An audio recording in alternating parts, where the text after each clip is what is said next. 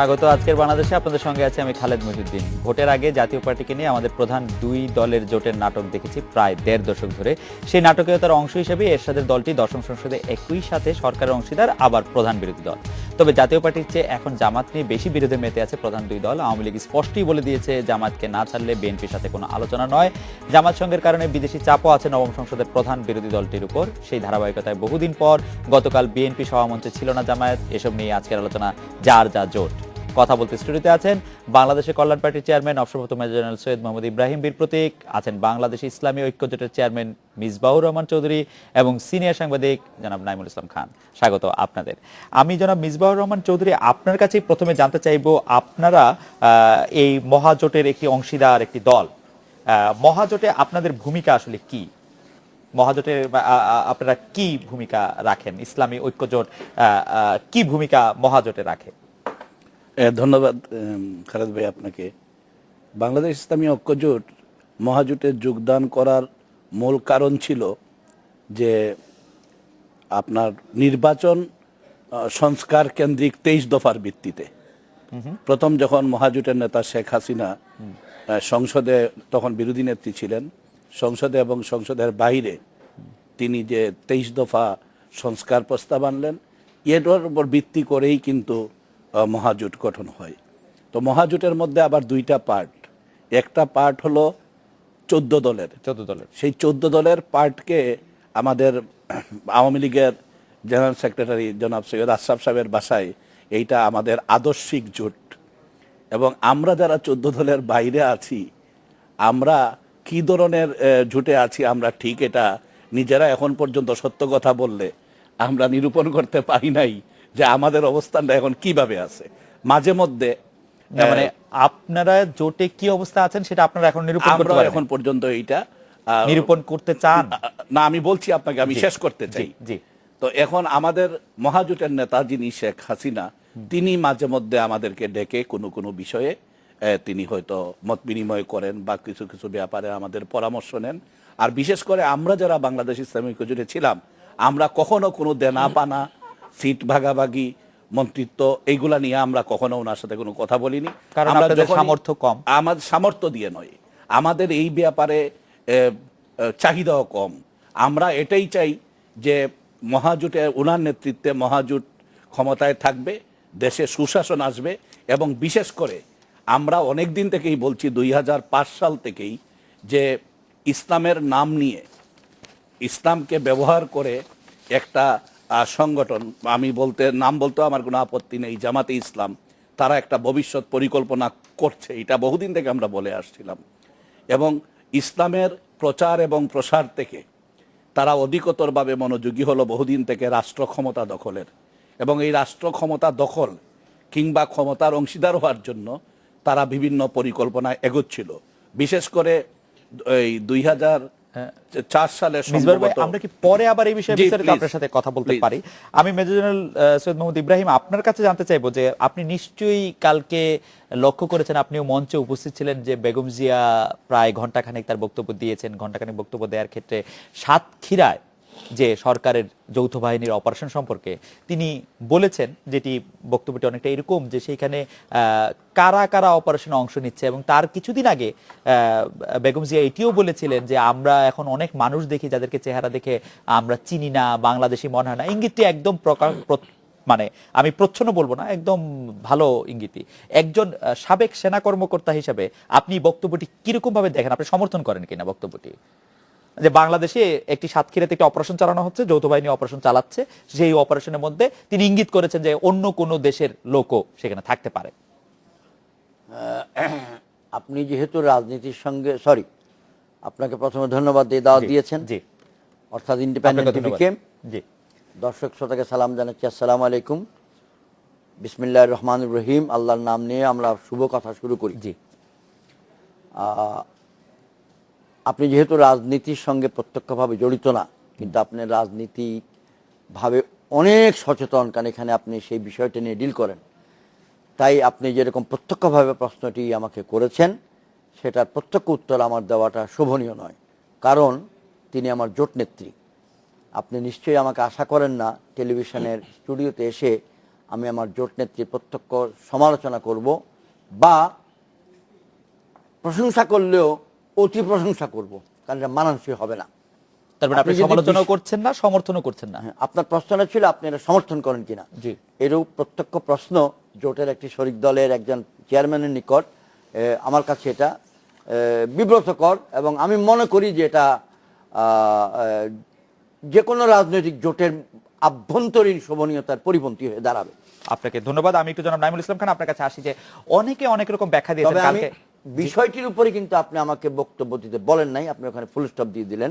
জি। বিষয়টি হচ্ছে এই, তিনি ইনকিলাব পত্রিকা দেখিয়েছেন এবং সেই প্রসঙ্গে বলেছিলেন যে এই বিষয়টা অনেকদিন যাবৎ বাংলাদেশের সামাজিক যোগাযোগ মাধ্যমে আছে এবং ইনকিলাব পত্রিকায় এরকম একটা রিপোর্ট বেরিয়েছে। ইনকিলাব পত্রিকা কেন বন্ধ করা হলো ওটার জের ধরে তিনি কিন্তু কথাটা ইনকিলাব তুলেছিলেন। পত্রিকা এই রিপোর্টটি ছাপানোর জন্য দুঃখ প্রকাশ করেছে হ্যাঁ, এবং এবং এটার বলেছে জের যে ধরে এটা তিনি বলেছে যে এটি আসলে জি। সাংবাদিকতার নীতিমালা মানা হয়নি। যাক, আমি এই প্রসঙ্গে আসছি আবার। জনাব নাইমুল ইসলাম খান, কালকে মানে বিএনপির যে বা 18 দলের যে সভা ছিল সেটাতে জামাতের অনুপস্থিতি নিয়ে অনেকে অনেক কথা বলেছেন। আপনার বিশ্লেষণটা যদি একটু বলেন যে জামাতের অনুপস্থিতি আসলে বিএনপিকে এগিয়ে দিল, আওয়ামী লীগকে এগিয়ে দিল, নাকি দুটি দলকে এগিয়ে দিল বা দুটি দলকে পিছিয়ে দিল, আপনি যদি বলেন।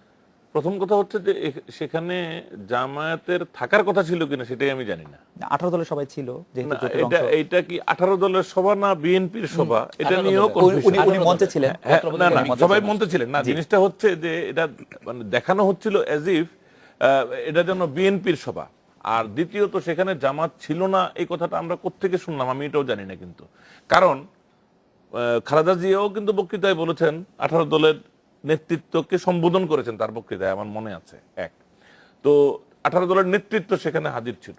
যেটা আসলে আমরা মানে প্রত্যক্ষ করি নাই সেটা হচ্ছে অন্যান্য সভাগুলিতে এর আগে জামায়াতের উপস্থিতির একটা প্রমাণ হিসেবে ব্যানার থাকতো তাদের। না, শুধু নাইবে সেটা তো না, মানে নাইবে মঞ্চে তো জোটের দ্বিতীয় বৃহত্তম দল তাদের একজন প্রতিনিধিত্ব ছাড়া তো আমরা 18 দলের কোনো সভা দেখি নাই এর আগে না, আমি আবারও বলছি কথাটা, মঞ্চে।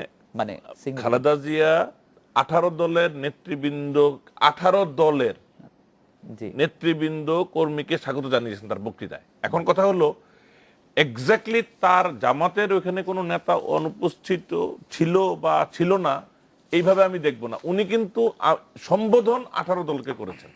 সুতরাং কেউ যদি না থাকে আমি ধরে নিব এটা অসুস্থতাজনিত কোনো একটা কারণে হয়তো তারা অনুপস্থিত।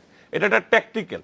আমি এই জন্য বলছি যে মানে 18 দল কিন্তু বা বিএনপি কিন্তু ঘোষণা করে নাই তারা এখন থেকে জামাতকে বর্জন করে রাজনীতি করবে। আমি কারণ এটা যদি না ঘোষণা করে তাহলে যে কারোর অনুপস্থিতিটার একটা আলাদা স্টোরি হতে পারে যে তারা কোন কৌশল নিচ্ছে। কারণ আমি কিন্তু গতকালের পত্রপত্রিকায় পড়েছি, বিশেষ করে ঢাকা ট্রিবিউনের স্টোরি আমার মনে আছে, যে জামাতের এটা কৌশল হিসেবে নিয়েছে যে তারা ওইভাবে প্রকটভাবে থাকবে না কিন্তু থাকবে। তো এই কোনটা আজকে আমরা বিএনপির স্ট্যান্ডিং কমিটির যে সদস্য লেফটেন্যান্ট জেনারেল মাহবুর রহমান অবসরপ্রাপ্ত, উনাকে আমরা ইন্টারভিউ করেছিলাম। উনি বলেছেন কোট আনকোট যে কর্মসূচিতে জামায়াত থাকলে অনেক প্রশ্ন ভীতি চলে আসে, জামায়াতের অনুপস্থিতির কারণে বিএনপির বা কারো কারো মনে স্বস্তি ও রয়েছে। জামায়াতের সঙ্গে বিএনপির জোটগত সম্পর্ক সাময়িকও উনি বলেছেন। আসলে জোটগত সম্পর্ক যে সাময়িক এটা খালেদা জিয়াও আগে বলেছে। জি।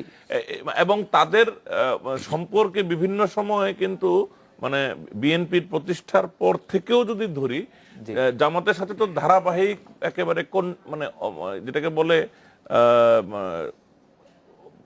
মানে খুবই একটানা সম্পর্ক ছিলই না, তারা কিন্তু বড় বড় ব্রেক ছিল।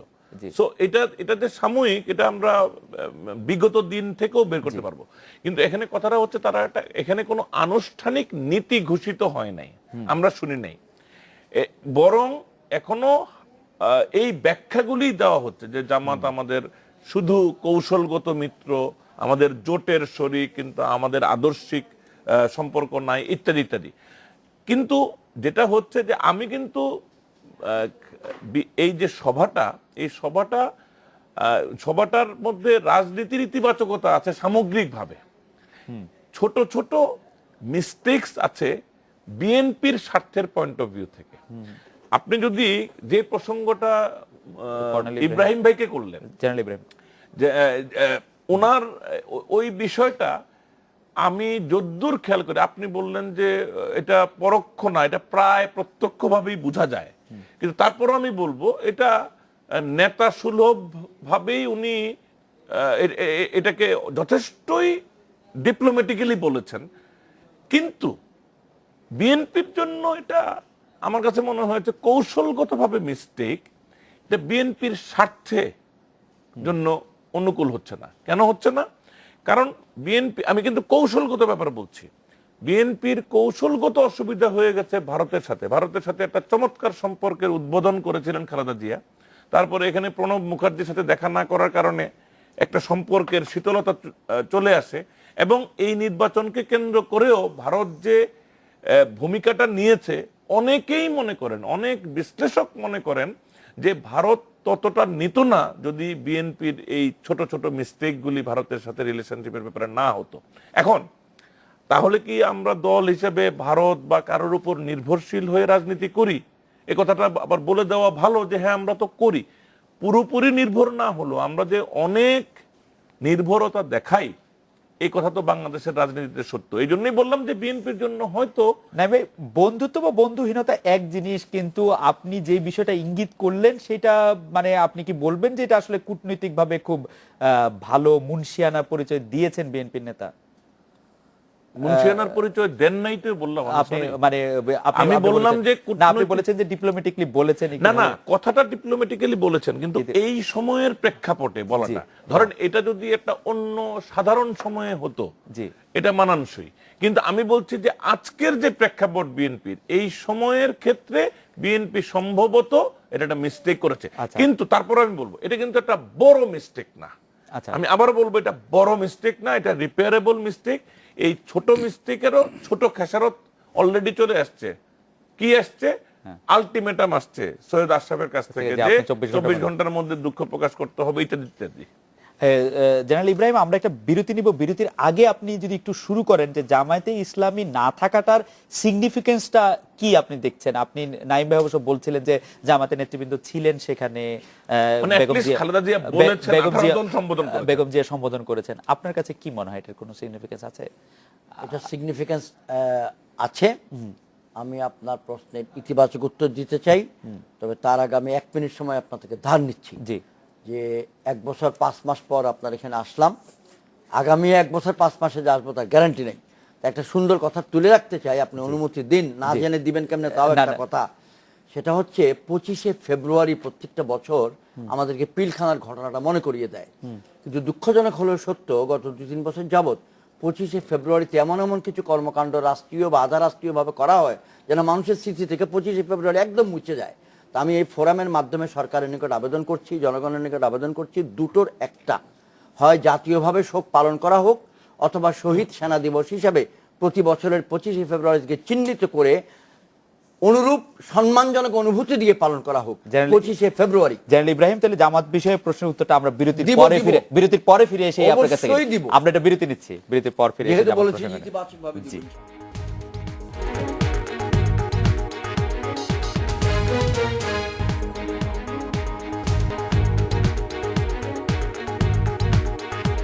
ফিরলাম আজকের বাংলাদেশে। জেনারেল ইব্রাহিম, জামায়াতের সাথে আসলে বিএনপির সম্পর্কটা নিয়ে আমরা বিরতির আগে আপনার কাছে জানতে চেয়েছিলাম, এটাতে সম্পর্কটা এখন কোন অবস্থায় আছে? কালকে সমাবেশে না থাকাটার কোনো সিগনিফিকেন্স আছে কিনা, তাৎপর্য আছে কিনা, সেটা আপনাকে একটা কাউন্টার প্রশ্ন করি। জামায়াতের সঙ্গে বিএনপির সম্পর্ক না বিএনপির সঙ্গে জামায়াতের সম্পর্ক, নাকি দোনোটাই? বিএনপির সঙ্গে জামায়াতের সম্পর্ক, জামায়াতের সঙ্গে বিএনপির সম্পর্ক দুইটাই। Thank you.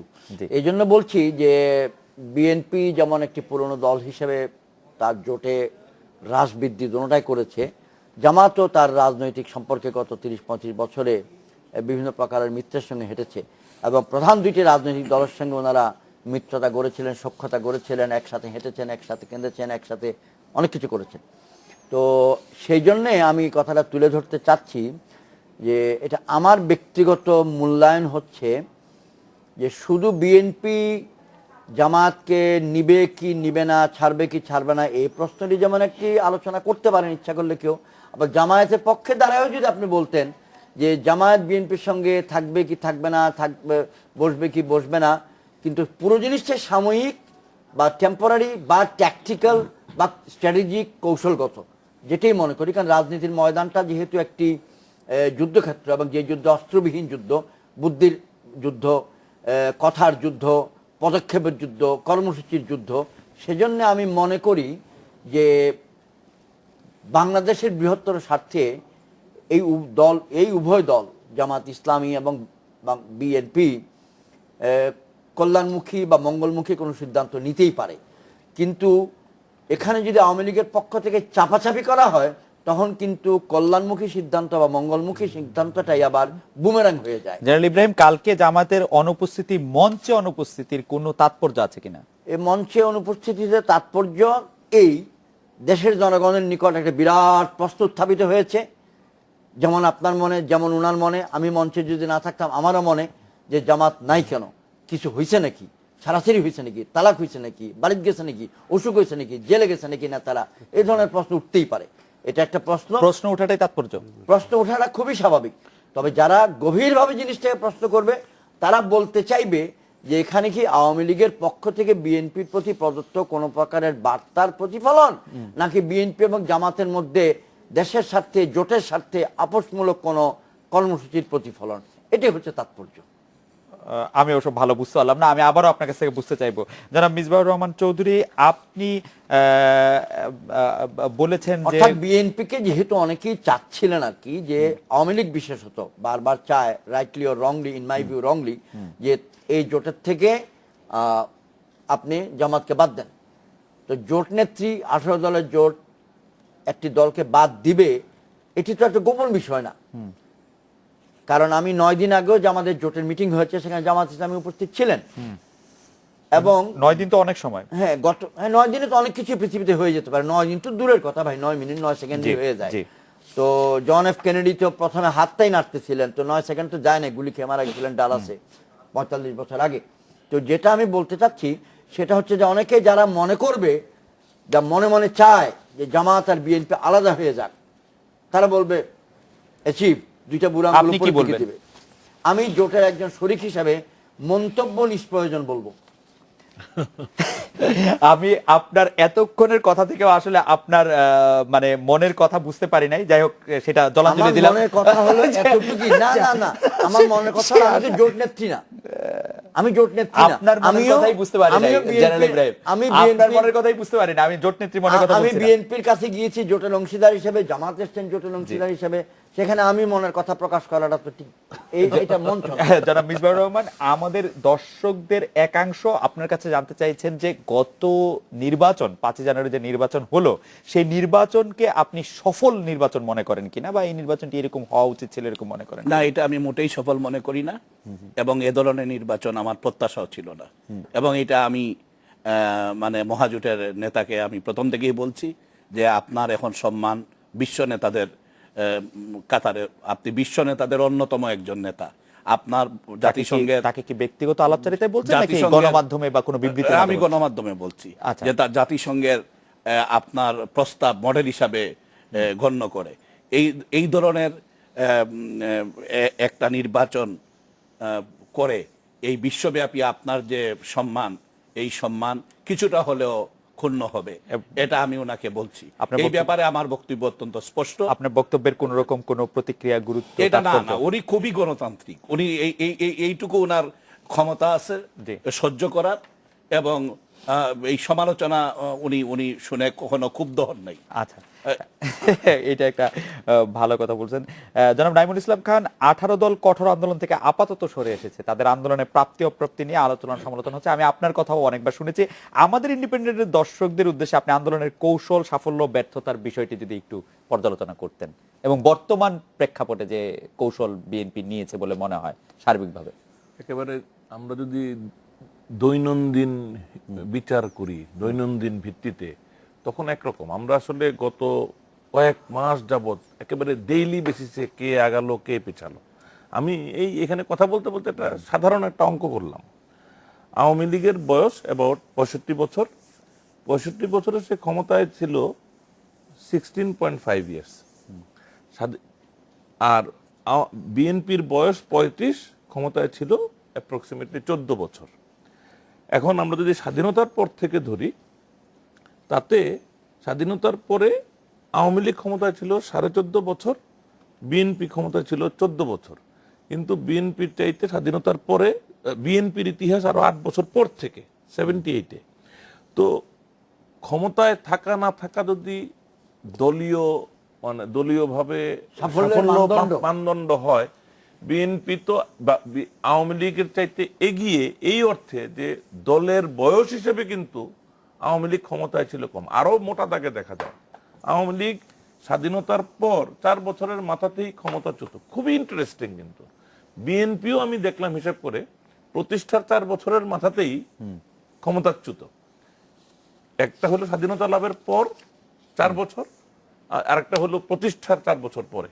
এবং আওয়ামী লীগ মানে বাউন্স ব্যাক করতে লেগেছে 21 বছর, বিএনপির বাউন্স ব্যাক করতে লেগেছিল 9 বছর।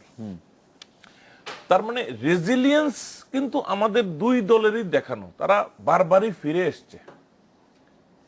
বিএনপি কিন্তু স্বাভাবিকভাবেও ক্ষমতা ছেড়েছে 2 বার, 5 বছর করে দায়িত্ব পালন করে, এবং বিরোধী দলেও থেকেছে 2 বার। তো এটাও এইভাবেও তাদের রেজিলিয়েন্স আছে। সুতরাং আমি যদি একটু ব্রডার পার্সপেক্টিভে দেখি, আমি কিন্তু বিএনপির একটা অসম্ভব সুন্দর রাজনীতি করার সুযোগ এখন দেখি। কিন্তু বিএনপি অ্যাসেসমেন্টে, বিএনপির কৌশলের ক্ষেত্রে আমার মনে হয় তারা যতটা রিয়েক্ট বা রেসপন্ড করতে চাচ্ছে ততটা প্রোঅ্যাক্টিভ না। মানে নিজেদেরকে চালকেরা, রাজনীতির চালকের আসনে না রেখে তারা ড্রাইভিং এ আওয়ামী লীগকে রাখতেই পছন্দ করছে। মানে তারা এমন কিছু, আপনি বলতে চাচ্ছেন রিয়েক্টিভ মানে রাজনীতিটা, প্রোঅ্যাক্টিভ না। মানে তারা এগিয়ে আসছেন না। যেমন ধরেন নির্বাচনের পরে আজকে ভেবেন না, কিন্তু আজকে কিন্তু তোফায়েল আহমেদ বলেন, অর্থমন্ত্রীও যে বক্তব্য দেন, যে কনফিডেন্স তারা দেখাতে পারেন, নির্বাচনের আগে পরে কয়েকদিন তো ভেবে ছিল না। তখন যদি আপনি ক্যালকুলেট করেন কি হয়েছিল, আওয়ামী লীগ কি পেয়েছে, আওয়ামী লীগ একটা হাফ ছেড়ে বেঁচেছে। যাই হোক, একটা নির্বাচন হয়ে গেছে, তারা নিজেরাই বলছেন এটা মানে নিয়ম রক্ষার নির্বাচন, এটা সংবিধান রক্ষার, ধারাবাহিকতা রক্ষার, এরকম নানান কিছু, মানে হাইফেনেটেড একটা ক্লিয়ার কাট নির্বাচন ভালো হয়েছে এটা তারা বলছিলেন না।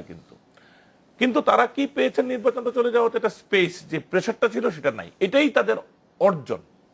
কিন্তু বিএনপির অর্জন তো এর থেকে বেশি, সংখ্যায় বেশি।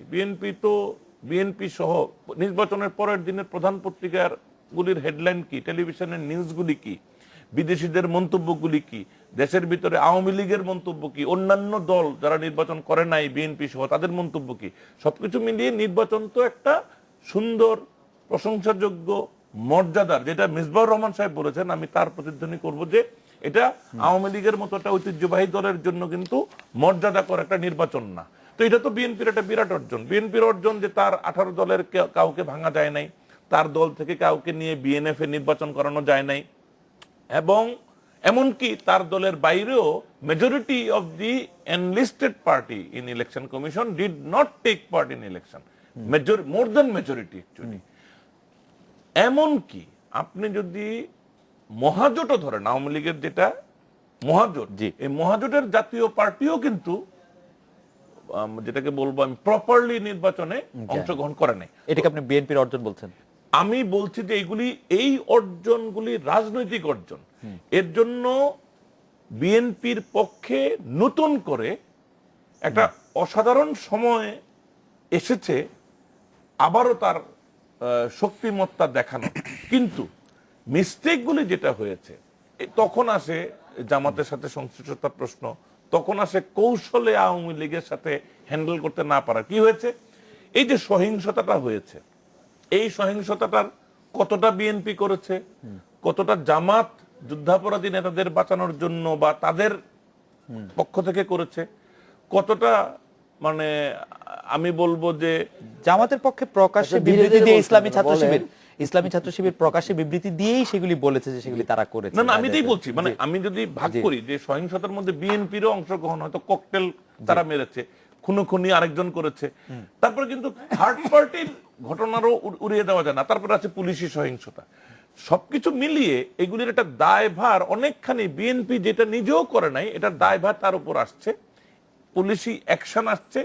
এইগুলি সামাল দিয়ে তার দলের যে তছনছ অবস্থাটা, এখন তাকে পুনর্গঠিত বিএনপির যে রাজনীতি করার সুযোগ, সেটার জন্য যে স্ট্র্যাটেজি দরকার, সেটারও আমি উদ্বোধন দেখেছিলাম। খালেদা জিয়া যে প্রেস কনফারেন্সটা করলেন নির্বাচনের পর, তার স্ক্রিপ্ট আমার কাছে অনেক সংহত স্ক্রিপ্ট মনে হয়েছিল।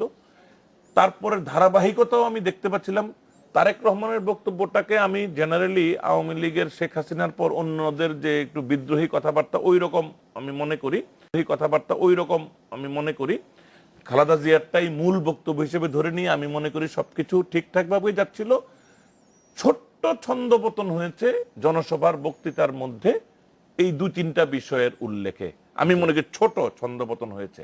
এই ছন্দপতনের সংখ্যা যদি না বাড়ে, তারা যদি নিজেদের পর্যালোচনা আলোচনার ভিত্তিতে একটা কৌশল নিতে পারেন এবং যদি শুধুমাত্র ক্ষমতার রাজনীতির জন্য নির্বাচনকালীন সরকারের কেই একমাত্র বিষয় না করে আরো ওই বিষয়গুলো অন্তর্ভুক্ত করতে। অন্যান্য বিষয়গুলি আনেন, তাহলে তাদের দলটা ভারী করা সম্ভব হবে, বিদেশিদের সাহায্য পাওয়া সম্ভব হবে এবং একটা শক্তিশালী অবস্থান তৈরি করা সম্ভব হবে। নাইম ভাই, আপনাকে ধন্যবাদ। আমরা একটা বিরতি নিচ্ছি জেনারেল ইব্রাহিম, আমরা বিরতির পর ফিরে আসবো আপনার কাছে।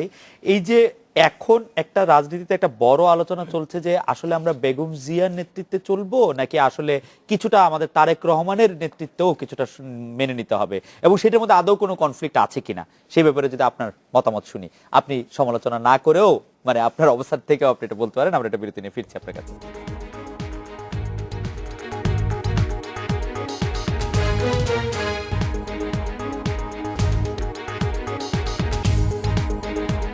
ফিরলাম আজকের বাংলাদেশে। জেনারেল ইব্রাহিম, বেগম জিয়ার নেতৃত্বের পাশাপাশি তারেক রহমানও এক ধরনের কথা বলছেন, যেমন তিনি বলছেন এই সরকারের সাথে কোনো আলোচনা সমঝোতা নয়, আবার বেগম জিয়া বলছেন আলোচনা সমঝোতা চলতে পারে। এটি কি দুই ধরনের বক্তব্য মনে করেন কিনা বা পরিপূরক মনে করেন কিনা? আমি আগে একটা বই উপহার দিয়ে দিই আপনাকে, এটা হচ্ছে গণতন্ত্রের সংলাপ, অ্যাডভোকেট মুবিনুল হক। আপনাকে ধন্যবাদ।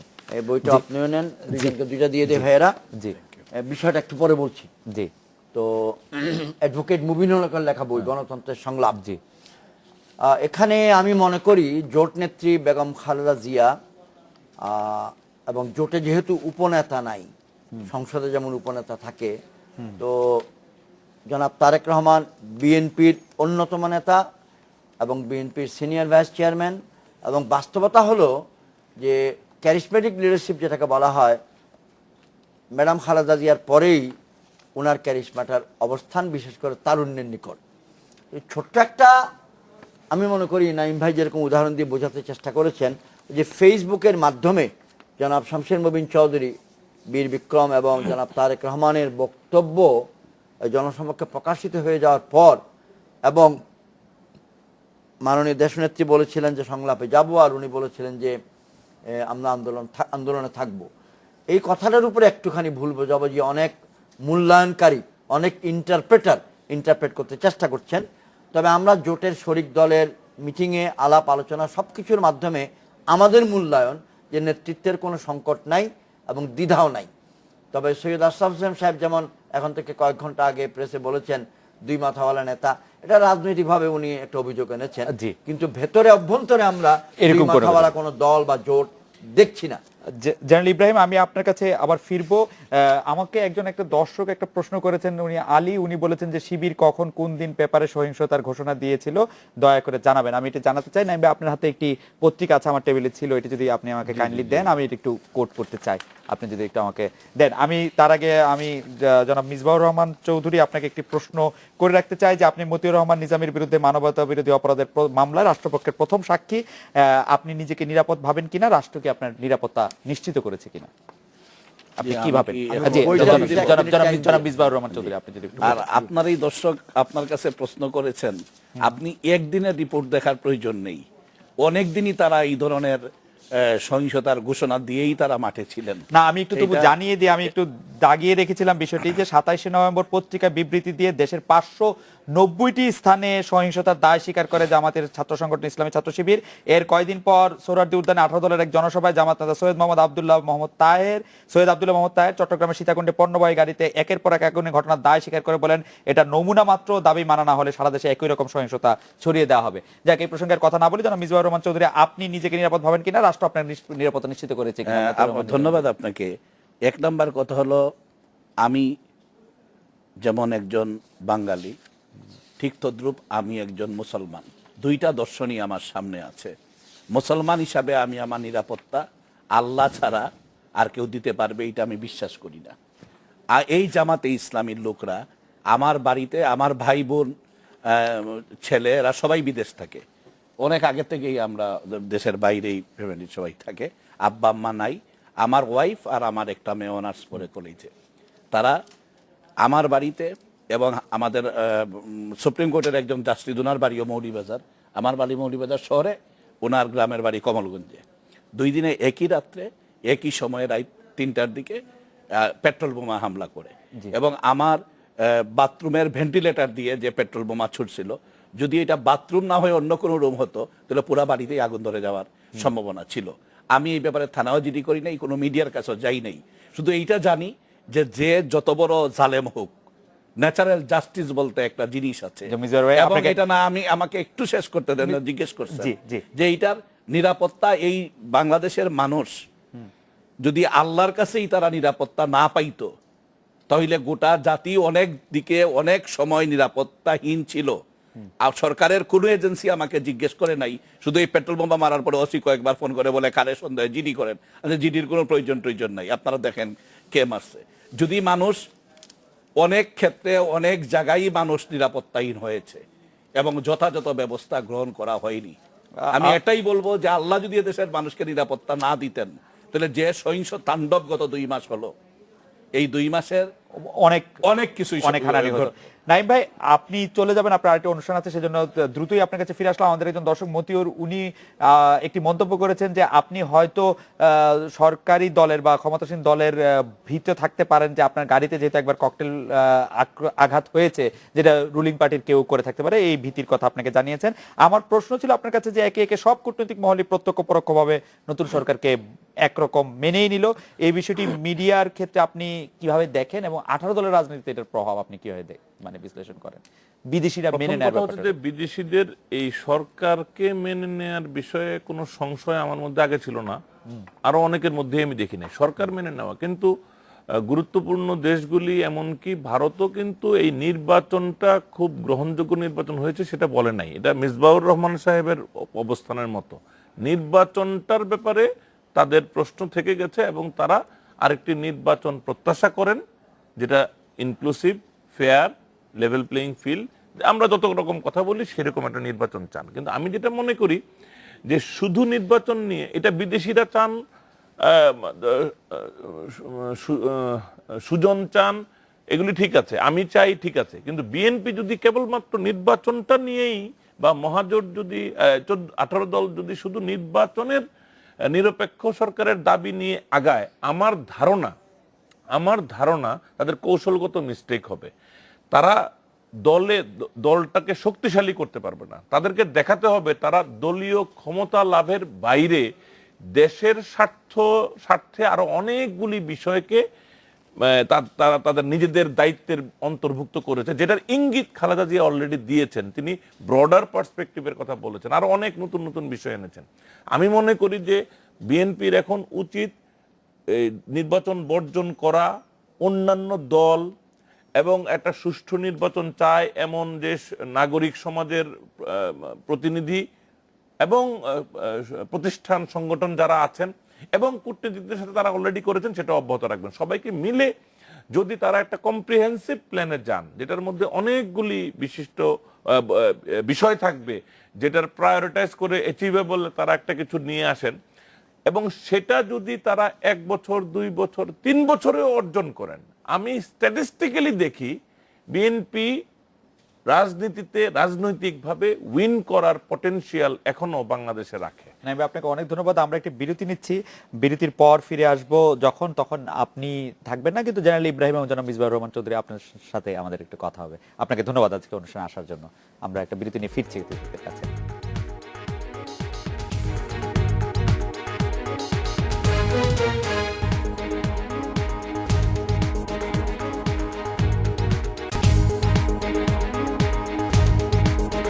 ফিরলাম আজকে বাংলাদেশে। জেনারেল ইব্রাহিম, আমরা জানতে চাইবো যে আপনি রাজনীতি করছেন 5 বছর ধরে, ঘোষণা দিয়ে আপনি রাজনীতি করছেন। রাজনীতিতে আপনি কি পেলেন, কি পেতে চান, আর কি অর্জন করার আছে বা কি অর্জন করেছেন? 28 বছরের সামরিক জীবন আল্লাহ রাব্বুল আলামিনের দয়া, সন্তোষজনক, সাফল্য, অনেক কিছু ইজ্জত পেয়েছি। 12 বছরের নাগরিক জীবন, লেখাপড়া, সেবা সমিতি, সেমিনার, কোট আনকোট সুশীল সমাজের সদস্য। 6 বছর যাবৎ রাজনীতিতে। প্রথম 2.5 বছর স্বতন্ত্রভাবে দাঁড়াতে চেষ্টা করেছি, ডিফিকাল্ট। এই জাতি তেলা মাথায় তেল দিতে পছন্দ করে, শুকনো মাথায় তেল দিতে পছন্দ করে না।